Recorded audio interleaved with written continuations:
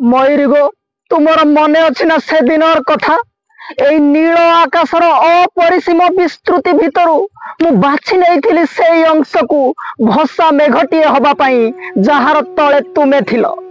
आसन्न मेघ को देखी तुमे जेबे चंद्रिका तोली आनंद रे नाची उठिलो मो तनु मनरे अद्भुत सिहरण खेलीगला। मु प्राय विहलित अवस्था आकाश रे अंकन कली इंद्रधनु। से इंद्रधनु थिला सते अबा मो हृदय रे तुम पाई सृष्टि होइथिबा गभीर अनुराग ओ भाव प्रवणतार प्रतीक। मयूरी गो तुम आकाश मु दिन मल्हारे मेघ साजिली चंद्रिका तोली नाचिलो तुमे इंद्रधनु मुआखिली मयूरी गो। तुमर ललित छंदरे जेबे निज स्वर को एकात्म करिदेबी बोली भाबिली जेबे वर्षा भिजा माटी गंधरे तुमको भल पाई बसिली सेतिकी बेले ही केउ सबुज बनर मायारे तुमे लुचि गल। केते खोजिली हेले पाइलिनी। दिन दिन राति राति तमरी पथ को आकुल भावरे अनाई रहिली हेले तुमे फेरिलनी। शेषरे गोटे पराजित नायक आउ आहत प्रेमिकर उदास भाव छाईगला मो समग्र चेतना रे।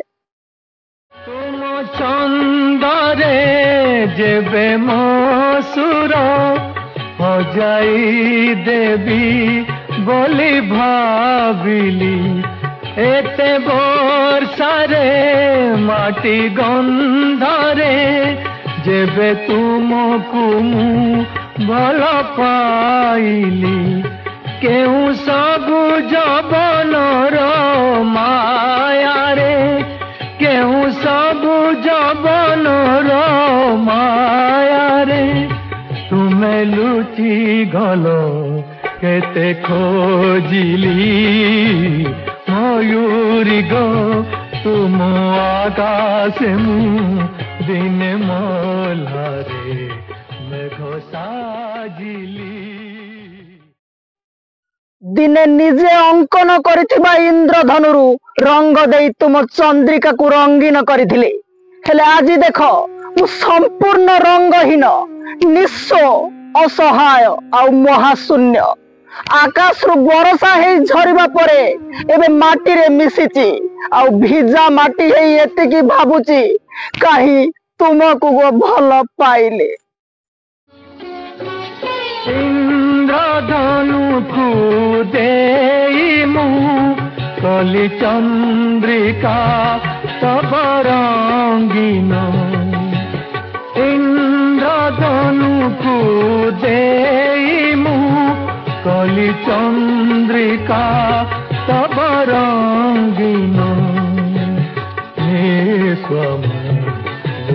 झराई আজি माटीर देह बिलीन भिजा माटी मुए बेत बाबुची भिजा माटी मुए बेत बाबुची किपा तुमको गो भल पाइली मयूरी गो तुम आकाश मु दिन मल्हारे मेघ साजिली चंद्रिका तोली नाचिलो तुम इंद्रधनु मुआखिली मयूरी गो।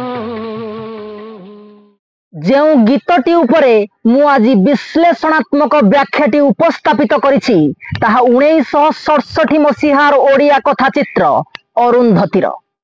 ओडिया आधुनिक चलचित्र संगीतर सुवर्ण युग को प्रतिनिधित्व करुथिबा एही गीतटी गोटे बत्ती घर। केते केते गीतिकार गायक और संगीत निर्देशक मानंकु ए गीत प्रेरणा देइछि ताहा कल्पना करा जाई पारिबो नाही। जो माने संगीत को गोटे हालुका धरणर मनोरंजन बा व्यवसायर सामग्री बोली भाबी नियंती सेमानकु ए गीत चेतेई दिए प्रकृत संगीत मनीष को महत्तर आनंदर स्तर रे पहुंचाई पारे। एही गीतरे गीतिकार जीवनानंद पाणी मयूरी और मेघ भितर थिबा संपर्क को प्रतीक करी जने तरुणर विरह जनित व्यथा और कारुण्य को उच्च साहित्यिक शब्द राशि द्वारा जो भली भावरे उपस्थापना करिसंती ताहा ओडिया गीति कवितार इतिहास रे विरल। पुणी गीतर मर्म को सठिक भावरे हृदयंगम करी शांतनु महापात्र जो करुण रससिक्त और भाव गंभीर स्वर रे गीतटी को संगीताबद्ध करथिले सेथि निमंते ओडिया संगीत प्रेमी तांको सबु बेले झुरी होउथिले। एही गीतटी पाई कंठदान करथिले किंबदंती गायक मोहम्मद रफी। जने गायक भावरे से जो सफलता और कृतित्व अर्जन करिसंती ताहा अनतिक्रमणीय। सबु सफलता पाइला परे मध्य तीड़े हेले गर्व और अहंकार तांकु स्पर्श करि नथिला। तांको हृदय रे सबु बेले रहुथिला गोटे शिशु सुलभ कोमलता, निष्पापण और सरलता। अत्यंत शास्त्रीयतापूर्ण आलाप, स्वर ताल और लयर व्याकरणगत शुद्धता, स्पष्ट उच्चारण और भावपूर्ण स्फुरण मोहम्मद रफी गायनर अनन्य वैशिष्ट्य अटे। ओडिया भाषा सहित संपूर्ण भाव में अपरिचित थिबा मोहम्मद रफी ए गीतटी रे व्यवहार करा जाइथिबा जटिल साहित्यिक शब्द राशि सबकू जो प्रांजलपणर सह उच्चारण करिसंती आउ जो भली भाव देई गाइछंती ताहा केवल जने जोग जन्मा महान गायक ही करि पाए। मोहम्मद रफी विषय रे वर्णना कला बेले मु भावप्रवण हेई पड़ुछि। कहिबा बाहुल्य एही गीतटी रे विश्लेषणात्मक व्याख्याटी उपस्थापित कला बेले तथा गीतर गोटे अंश रे अभिनय कला बेले मु कौनसी प्रेमिका को नुहे एही महान गायक मोहम्मद रफी को ही झुरुथिले।